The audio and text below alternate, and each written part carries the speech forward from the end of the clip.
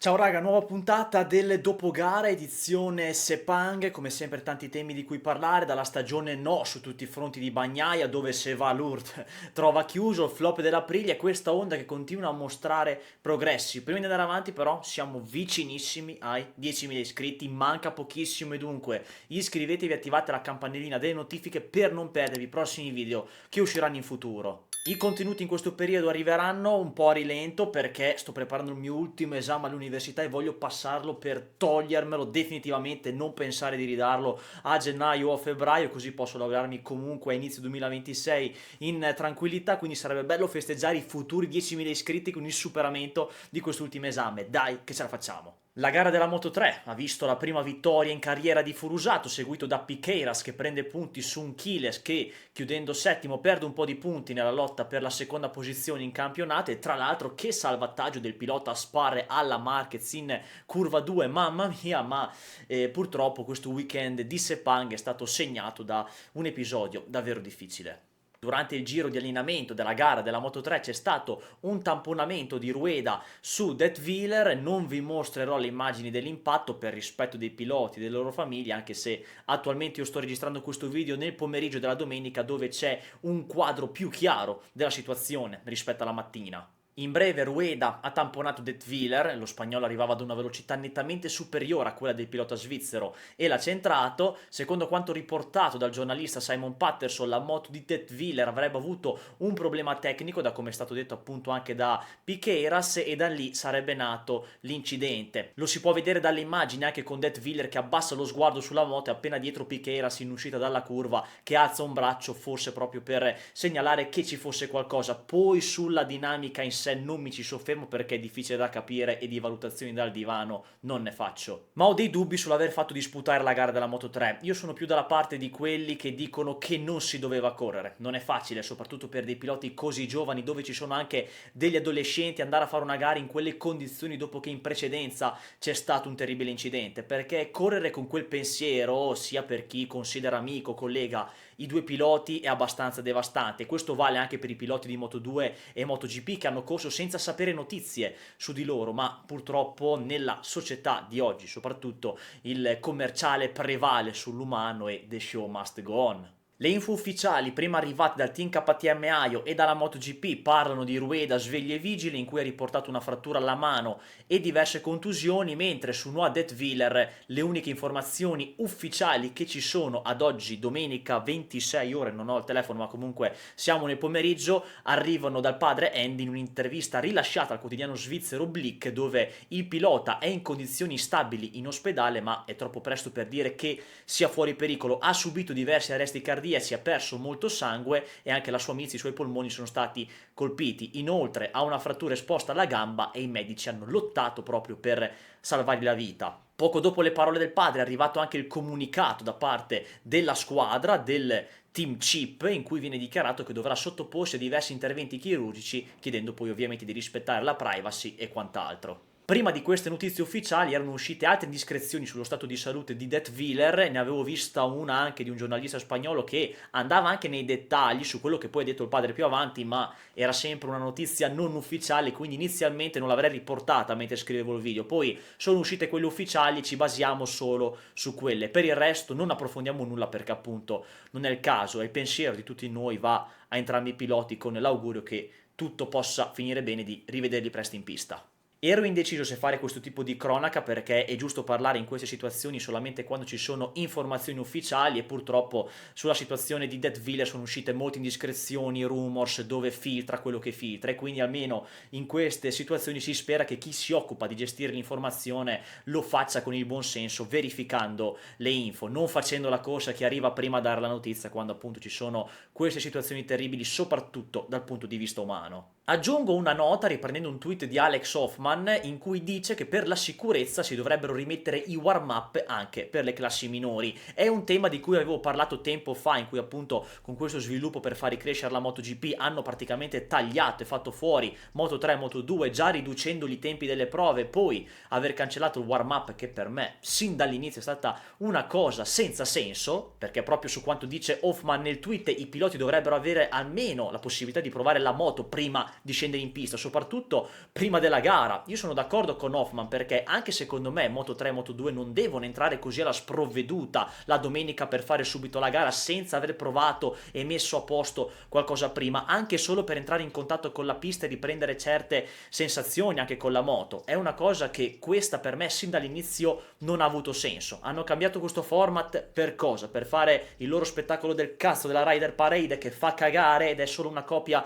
della Formula 1? Quelle cose le lasciamo a quello sport dove si vuole fare solo show. Tanto farò un altro video in futuro su cosa dovrà fare Liberty Media per far risalire la MotoGP senza fare cose spettacolari. Quindi io sono sempre stato contro questa decisione del cambio di format, però d'altro canto questo tipo di incidente secondo me non deriva dal fatto che Detwiller ha avuto un problema perché non ha provato la moto in un ipotetico warm-up, cioè secondo me è un incidente che poteva capitare in un giro di allenamento anche se prima avessero fatto 10 minuti di warm-up, magari alla mattina era tutto a posto e poi dopo capitava un problema, quindi a mio parere il cambio di format non è che sia la causa di questo incidente. Andiamo a parlare della Moto2 che ha fatto praticamente anche lei una gara sprint di 10 giri a causa dei detriti lasciati dall'incidente di Joe Roberts all'ultima curva, ma c'è stato un gran colpo di scena, la caduta del pupillo Manu Gonzalez, no, ma questa pesa come un macigno incredibile, con Moreira quinto che ha fatto una grande rimonta in quei pochi giri che c'erano e adesso brasiliano è per la prima volta in testa al mondiale con 9 punti di vantaggio. Scrivetemi sempre nei commenti secondo voi chi vincerà il mondiale della Moto2, però Manu Gonzalez non l'ho visto tranquillissimo in gara perché era molto guardingo, forse con un po' di braccino, senza voler rischiare. Ora a vederla dal divano si possono fare i soliti commenti che non contano niente rispetto a chi corre in moto, però questi pochi rischi presi da Gonzalez e il suo modo di correre un po' rigido mi hanno fatto percepire che avesse un po' di timore, forse paura nel rischiare più di tanto, e forse correre in quella maniera ti porta inevitabilmente all'errore, che ci sta, ci mancherebbe, è la pressione di chi si gioca un campionato del mondo, è assolutamente comprensibile. Prima di parlare della MotoGP c'è stata qualche novità regolamentare sulla bandiera gialla nelle qualifiche in prova. Praticamente un pilota che d'ora in poi cadrà negli ultimi 3 minuti non potrà più tornare in sella alla propria moto. È una decisione che è stata presa su un specifico precedente di Mandalika, ma ce ne sarebbero tantissimi altri, in cui Marini ha dovuto rallentare nel suo ultimo giro veloce in qualifica per le bandiere gialle provocate dalla caduta di Alex Rins, il quale aveva provato a rientrare in pista. Questa cosa delle bandiere gialle, di giri veloci rovinati, è sempre stata al centro dell'attenzione durante i time attack della practice e della qualifica, che appunto fa venire molto nervoso, e adesso vediamo se questa modifica darà i suoi effetti oppure se servirà dell'altro. E inoltre, altra modifica regolamentare, ai piloti è stato chiesto di non riscaldare le gomme zizzagando in pit lane e di segnalare con la gamba l'intenzione di voler rientrare ai box. Vabbè, quest'ultima la facevano già anche se non era una regola scritta, mentre quella della pit lane mi sa un po' una cazzata così a prima vista. E volevo parlare brevemente anche di una cosa che ha generato varie discussioni in Formula 1, non so se l'avete sentita, di Carlos Sainz, che si era lamentato della regia internazionale che mostrava molto spesso le fidanzate dei piloti invece di rimanere sull'azione in pista, una cosa che dopo questa lamentela è subito cambiata da quanto visto e hanno mostrato di più la pista. Ecco, in MotoGP sì, vengono inquadrate le fidanzate, ma non è quello su cui voglio soffermarmi, piuttosto penso che si stia molto esagerando sul mostrare immediatamente la reazione di quello che succede nel box o magari sulle tribune quando appunto c'è una caduta o qualcosa che mette tensione. Sono d'accordo che per discorsi televisivi e di spettacolo si cerca il dramma e la reazione come se fosse un film, uno show, perché posso capire quel discorso, solo che si sta iniziando a esagerare proprio come fa la Formula 1, che delle volte fa vedere il pubblico quando c'è qualcosa che sta succedendo in pista, quando Vanzini dice andiamo con le immagini, cioè appena succede qualcosa staccano immediatamente l'inquadratura, ma subito, e non è che aspettano appena, e quindi non si finisce neanche di vedere cosa sta succedendo in pista, che fanno vedere subito il box o altro. A me questa cosa non piace, sinceramente, e come sempre fatemi sapere la vostra nei commenti anche su questo. Una Aprilia in netta difficoltà questo weekend. Si poteva intuire che Sepang non fosse un vero e proprio circuito congeniale per loro, però praticamente tutte le moto di Noale sono state fuori dalla top 10, tranne Bezzecchi che era quello che riusciva a prevalicare rispetto ai compagni di marca, tranne in gara dove è stata Ogura la prima Aprilia, e la scelta della gomma media si è rivelata essere sbagliata, sia per i piloti Aprilia che gli altri che l'hanno montata. Infatti tutti i piloti che hanno messo la media all'anteriore, pensando che con quella temperatura addirittura fosse la scelta giusta, hanno detto che è stata la scelta sbagliata ed era meglio la soft. Infatti lo si può notare dalla classifica e dal rendimento, perché anche Bagnaia, lo abbiamo visto e dopo ne parliamo, un po' meno efficiente, anche Marini che aveva la media rispetto a Mir che aveva la soft ha pagato un po' di più questa scelta. Probabilmente se Bezzecchi avesse messo la soft con il suo passo discreto ma comunque migliore delle altre Aprilia, avrebbe potuto essere intorno magari alla settima posizione, più in lotta anche nel gruppo in cui si trovava. Quindi adesso Aprilia non è più da mondiale, non è più a ridosso della Ducati dopo le ultime gare. No, come sempre non giudichiamo dall'ultima gara ma nel complesso. Quindi sì, l'Aprilia è lì, ma gli manca ancora quello step per essere sempre lì in lotta nelle prime posizioni, come dicevamo nello scorso dopogara. E questi sono proprio weekend, proprio in una pista difficile, dove si possono estrapolare i dati e i problemi su cui concentrarsi per trovare le soluzioni dove appunto ci sono delle lacune sulla moto. Come accennavo prima, Marini con la media ha avuto un rendimento diverso da Mir con la soft. Lo spagnolo comunque ha azzeccato sì la scelta della soft all'anteriore, ma è riuscito anche a sfilarsi subito dal gruppo in cui Marini è stato intruppato e non è riuscito a uscirne, quindi Mir ha condotto anche una gara più in solitaria, dato che è andato via subito da quel gruppo, e poi pesca anche il podio, sicuramente con un po' di fortuna, ma queste sono le corse e queste cose appunto possono capitare. È una Honda che il sabato aveva buttato via inizialmente una bella occasione perché i piloti erano lì, ma si sono stesi e poi in gara si sono comunque rifatti, rimettendo in sesto un altro weekend positivo. Ma comunque in queste ultime 4 gare asiatiche la Honda ha notevolmente alzato il livello e per l'anno prossimo penso che anche loro potranno togliersi diverse soddisfazioni, che potranno fare un altro step per avvicinarsi alla vetta. Si è rivisto anche Zarco un po' più avanti dopo una seconda parte di stagione molto difficile. Il francese con la squadra ha fatto sapere che comunque ha fatto diverse modifiche significanti a livello di setup e sull'anteriore, riprendendo un po' quello usato nel test di inizio stagione. Acosta fa sempre la differenza in KTM e lo sappiamo, questi risultati sono il massimo e non può fare di più, è proprio come se avesse raggiunto il limite, che è questo qui, e non si può andare oltre, mentre Bastianini fa una grande rimonta in un weekend condizionato da un'altra qualifica disastrosa insieme a Binder, solo che è da un po' che vediamo Bastianini dire che Acosta ha degli aggiornamenti e dei pezzi che lui non ha, cioè dirlo un po' di volte passa quasi per lamentela, perché non è la prima volta che lo dice, e quindi la roba che ha Bastianini è quella lì e quindi si deve anche un po' adattare, tra virgolette. Peccato, sicuramente a lui gira il cazzo vedere che fa delle belle rimonte e finisce in top 10 mentre Acosta fa podio, però la qualifica è sempre stata un tallone d'Achille per la bestia e sicuramente se partisse più avanti anche con questa KTM potrebbe stare in posizioni più alte. Però da Misano, non solo per lui ma anche per gli altri KTM, le cose sono cambiate e tornate indietro come inizio stagione. La Yamaha però mi sembra ancora quella più in difficoltà, perché come Acosta fa la differenza con la KTM, Quartararo la fa per i giapponesi di Vata. Lui al top e gli altri al flop, perché dai test di Sepang avevamo nettamente un'altra visione della Yamaha se confrontiamo qua a novembre e a febbraio nei test. Cioè la Yamaha poteva essere sicuramente, da come l'abbiamo vista inizio anno nei test prestagionali, molto più avanti di quello che ha effettivamente dimostrato in questa stagione. Penso che comunque Quartararo abbia gestito bene questa volta le gomme e non è crollato come le altre volte. È ritornato il V4 in pista con Augusto Fernandez, ma ancora non si possono fare analisi approfondite perché hanno deciso di ancora non dare la piena potenza al motore, quindi in tipico stile giapponese sono molto cauti, però sicuramente non aiuta molto perché il pilota, non avendo la potenza massima, non ha dei riferimenti così precisi soprattutto in termini di tempi. Come ho detto, Quartararo al top delle Yamaha e le altre al flop, e quindi le seconde moto circa determinano il livello vero della moto. Però sarei molto curioso di vedere altri piloti con più esperienza in sella al posto di Rins o di Miller. Uno è mezzo infortunato da un po', con una gamba che ancora le sue condizioni non sono al 100%, mentre Miller ormai può fare il tester, ma quello che ha dato ormai ha dato, quindi non è che può migliorare più di tanto.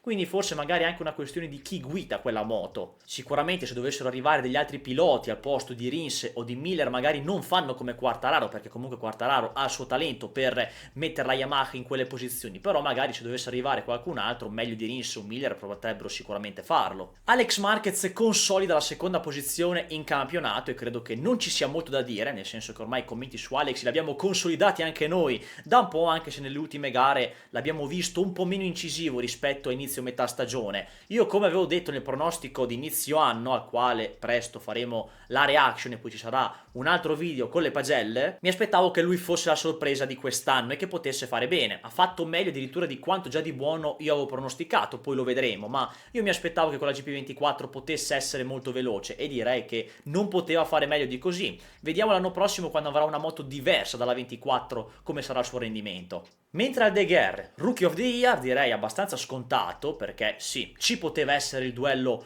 con Ugura, ma la differenza tecnica e di moto segnava già il risultato, cioè sì, si celebra, ma era come se corresse da solo nel titolo di Rookie of the Year. Se lo perdeva era solo per dei suoi errori e non perché Ugura fosse stato più veloce, perché la differenza tra la Ducati e la Aprilia, soprattutto fra la GP24 e la RS GP25, è molto ampia a favore di Borgo Panigale. Su Bagnaia, ragazzi, si può riassumere tutto in una parola: inspiegabile, e non faccio nessun tipo di approfondimento perché non ci sta più capendo una mazza nessuno. Possiamo solo confermare quello che abbiamo detto nello scorso dopogara di Phillip Island, oppure in altri precedenti dove ho detto che se provava ad andare a Lourdes trovava chiuso, perché la foratura è un altro segno clamoroso di una stagione no su tutti i fronti, dove ogni cosa è girata storta. Ci sta e fa parte dello sport. La foratura, che dai dati, come ha detto lui, è avvenuta al 12° giro, è una cosa che può capitare, ma dato che capita a Bagnaia in una stagione nettamente negativa, dove appena sembrava che le cose si potevano mettere bene, succedeva qualcosa, vuol dire proprio che piove sul bagnato. Per quanto riguarda la scelta della gomma media, Bagnaia ci viene a dire che non sa esattamente se la soft avrebbe pagato, quindi non posso venire io a dire che con la media avrebbe vinto. Magari il suo potenziale vero era quello anche della gara, però con la soft mi è parso un po' più sottotono rispetto al sabato. Però sicuramente è stato un weekend positivo, dove si è passato dal Q1, dove comunque è uscito tardi lui dal box e non ha fatto un buon tempo, poi ha sparato la pole, la vittoria della sprint, dominandola pure senza abbassatore per tutta la gara. Prove di 2027, diciamo, dove aveva anche una trazione della Madonna in uscita dalle curve. E poi un dettaglio che magari molti non sanno, che ci ha detto Pecco, è che hanno un sistema diverso con l'abbassatore. Alla partenza c'è un sistema che appunto abbassa la moto, e in gara c'è un altro sistema dinamico, quindi due pulsanti e due modi diversi di attivare l'abbassatore. Come ho detto prima, non si può più andare nell'analisi dei weekend di Bagnaia. Una volta è ultimo, l'altra volta è primo, cioè è tutto inspiegabile, basta anche parlarne. E così stop. Possiamo solo basarci su quello che dicevo nello scorso dopogara. Numero 1, che secondo me, con la mia conclusione definitiva, lui non si trova con la moto e il problema è solo tra lui e la moto. Numero 2, che non si è scordato come si guida e come si vince, perché come dicevo, se ci sono le condizioni lui sa che può farlo. E numero 3, che il fattore psicologico con Marquez a fianco nel box è solo forse una piccola fetta della torta di tutto questo casino, perché se la moto è la stessa di Motegi dove ha dominato, ma è anche la stessa, da come ci dicono, dall'Indonesia e di Phillip Island, vuol dire che appunto torniamo al punto 1, che è lui in difficoltà con questa moto, perché quando c'è Marquez, Bagnaia o stava in top 3 o addirittura ultimo, e quando non c'è Marquez sono gli stessi risultati, o sta davanti o fa ultimo. Quindi io rimango della mia idea che lui non si è trovato con questa moto a livelli anche abbastanza estremi. Il fattore psicologico potrebbe saltare fuori se un domani ci dovesse essere una lotta serrata per il titolo fra i due in modo costante. Lì si potrà dire se uno soffre l'altro psicologicamente, e dato che Bagnaia è uno che di testa è abbastanza freddo, apparentemente forte, sarebbe bello vedere questo duello, che poi era quello che ci si aspettava questa stagione, ma alla fine dei conti non c'è stato. Facciamo lo spazio social con una domanda veloce. Ricordatevi di seguirmi come sempre su Instagram e gli altri miei social. La domanda è di Leonardo Sanse: Pedro può realisticamente pensare al terzo posto per il mondiale? Allora, sì, perché la matematica lo conta, ci sono 31 punti fra Costa e Bezzecchi e 26 fra Costa e Bagnaia. Io penso che però sia difficile, perché Bagnaia e Bezzecchi dovrebbero fare degli zero, comunque finire lontani da Pedro, e in 2 gare più 2 sprint che a Costa stia davanti a loro due, ok, può essere, però che le posizioni tra loro siano distaccate potrebbe solo recuperare con degli errori da parte degli altri due, secondo me. Andiamo con le pagelle, partiamo con la KTM, rimaniamo in tema. 8,5 a Pedracosta e 5,5 a Brad Binder. In Tech 3 invece 7 a Bastianini, come detto gran rimonta, però la qualifica stona sempre, e 6 meno a Pole Spargaro. Peccato per la caduta in gara, ma è comunque stato veloce. Aprilia 6 più a Bezzecchi, mentre Raul Fernandez, anche lui dalle stelle alle stalle in una settimana, ma non è solo per lui ma per la moto in generale. Ma comunque voto 5 e augura 6 per essere stata la prima Aprilia in gara. Team VR46, Diz anche lui più sottotono rispetto all'Australia, 5,5 a lui e 6,5 a Morbidelli. Yamaha con un 8 a Fabio Quartararo e un 5,5 ad Alex Rins. In Pramac stesso voto a Miller e 5 a Miguel Oliveira. Team Gresini 9 ad Alex Marquez e 5,5 ad Aldeguer, che fino al sabato aveva fatto bene tralasciando la pressione della gomma, mentre in gara cade ancora. Honda HRC 8 a Mir e 6,5 a Marini. In LCR invece 6 a Chantra e 6 anche a Johan Zarco. Chiudiamo con la Ducati ufficiale, dove a Bagnaia do un 8,5 comunque per il weekend positivo, perché con la foratura non ci può fare nulla. Ricordatevi ragazzi come sempre di iscrivervi al canale e attivare la campanellina per non perdervi i prossimi video che usciranno e di seguirmi sui miei social per rimanere sempre aggiornati, anche per quanto riguarda questi giorni dove sto studiando per l'esame, che vi comunico piano piano le prossime uscite dei contenuti con i vari orari. Quindi ci vediamo presto per un nuovo video.